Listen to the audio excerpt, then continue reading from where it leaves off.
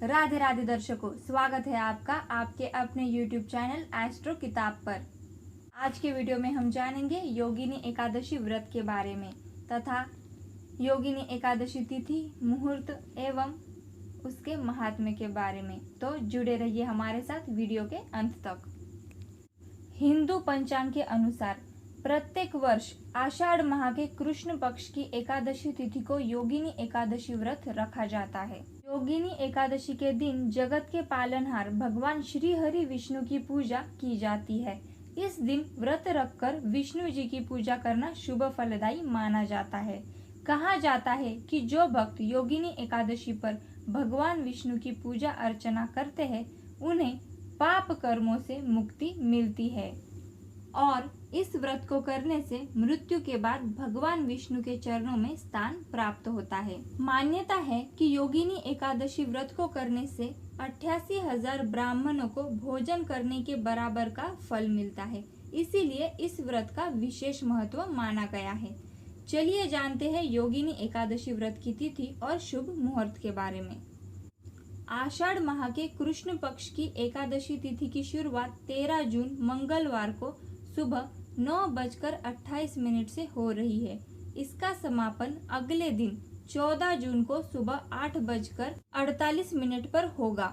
उदया तिथि के अनुसार योगिनी एकादशी का व्रत 14 जून को रखा जाएगा। आइए अब जानते हैं योगिनी एकादशी के दिन किए जाने वाली पूजा विधि के बारे में। योगिनी एकादशी के दिन प्रातः काल उठकर स्नानादि करने के पश्चात पीले वस्त्र धारण करें। भगवान विष्णु का ध्यान करते हुए व्रत का संकल्प करें व धूप दीप प्रज्वलित करें। विधि विधान से भगवान विष्णु का पूजन करें और एकादशी व्रत की कथा पढ़े या श्रवण करें।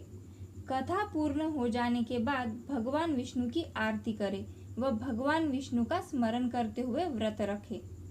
अगले दिन द्वादशी तिथि को प्रातः स्नानादि करने के पश्चात पुनः पूजन करें। ब्राह्मण व जरूरतमंद को भोजन करवाकर दान दक्षिणा दे। आइए जानते हैं योगिनी एकादशी व्रत के नियम के बारे में।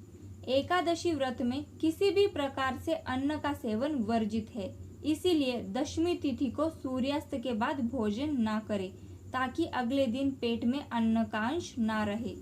वहीं जो लोग एकादशी व्रत नहीं रखते हैं उन्हें भी इस दिन चावल का सेवन नहीं करना चाहिए। ऐसा इसीलिए क्योंकि इस दिन चावल का सेवन वर्जित माना गया है। एकादशी के अगले दिन द्वादशी तिथि पर विष्णु जी को भोग लगाने और ब्राह्मण को भोजन कराने के बाद ही व्रत का पारण किया जाता है। एकादशी व्रत का पारण हरिवासर समाप्त होने के बाद व द्वादशी समाप्त होने से पहले कर लेना चाहिए। द्वादशी समाप्त होने के बाद एकादशी व्रत का पारण करना पाप के समान बताया गया है। चलिए जानते हैं योगिनी एकादशी के महत्व के बारे में। योगिनी एकादशी का व्रत बेहद शुभ फलदायी माना जाता है। पौराणिक मान्यता के अनुसार कुष्ठ रोग से पीड़ित व्यक्ति यदि पूरी श्रद्धा व नियम के साथ योगिनी एकादशी का व्रत करता है तो उसका रोग जल्दी ठीक हो जाता है। इस व्रत को करने से पापों का नाश होता है, जीवन में सुखों की प्राप्ति होती है व इस लोक के बाद मनुष्य को वैकुंठ धाम की प्राप्ति होती है। इस व्रत को करने वाला व्यक्ति धरती पर सभी प्रकार के सुख भोगता है। योगिनी एकादशी का व्रत करने से भगवान विष्णु और माता लक्ष्मी शीघ्र प्रसन्न होकर मनोवांछित फल देते हैं। आइए अब जानते हैं योगिनी एकादशी व्रत की कथा के बारे में। किंवदंतियों के अनुसार अलकापुरी नगर में राजा कुबेर के यहाँ हेम नामक एक माली रहता था। माली रोज भगवान शंकर के पूजन के लिए मानसरोवर से फूल लाता था। एक दिन उसे अपनी पत्नी के साथ समय व्यतीत करने के कारण फूल लाने में बहुत देर हो गई। वह दरबार में देर से पहुंचा। इस बात से क्रोधित होकर कुबेर ने उसे कोढ़ी होने का श्राप दे दिया। श्राप के प्रभाव से हेममाली इधर उधर भटकता रहा और एक दिन देवयोग से मार्कंडेय ऋषि के आश्रम जा पहुंचा। ऋषि ने अपने योग बल से उसके दुखी होने का कारण जान लिया। तब उन्होंने उसे योगिनी एकादशी का व्रत करने को कहा। व्रत के प्रभाव से हेममाली का कोढ़ समाप्त हो गया और उसे मोक्ष की प्राप्ति हुई। प्यारे दोस्तों, अगर आपको वीडियो में अब तक दी गई जानकारी अच्छी लगी हो तो कृपया हमारे चैनल को लाइक सब्सक्राइब अवश्य करें एवं अपने प्रियजनों के साथ साझा करें।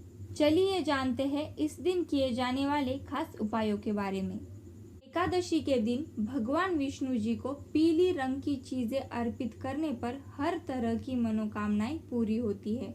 इस दिन भगवान विष्णु के वैष्णव कवच का कम से कम 21 बार पाठ करने पर आपके घर से नकारात्मक शक्तियां कोसों दूर रहती हैं।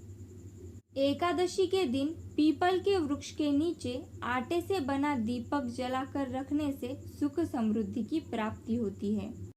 योगिनी एकादशी के दिन शाम के समय तुलसी के पौधे के पास घी का दीपक जलाकर तुलसी की 11 परिक्रमा करना शुभ होता है। एकादशी व्रत में पूजा के बाद ब्राह्मण या जरूरतमंद व्यक्ति को पीले चने की दाल, केला, गुड़, पीले वस्त्र आदि का दान करना शुभ होता है।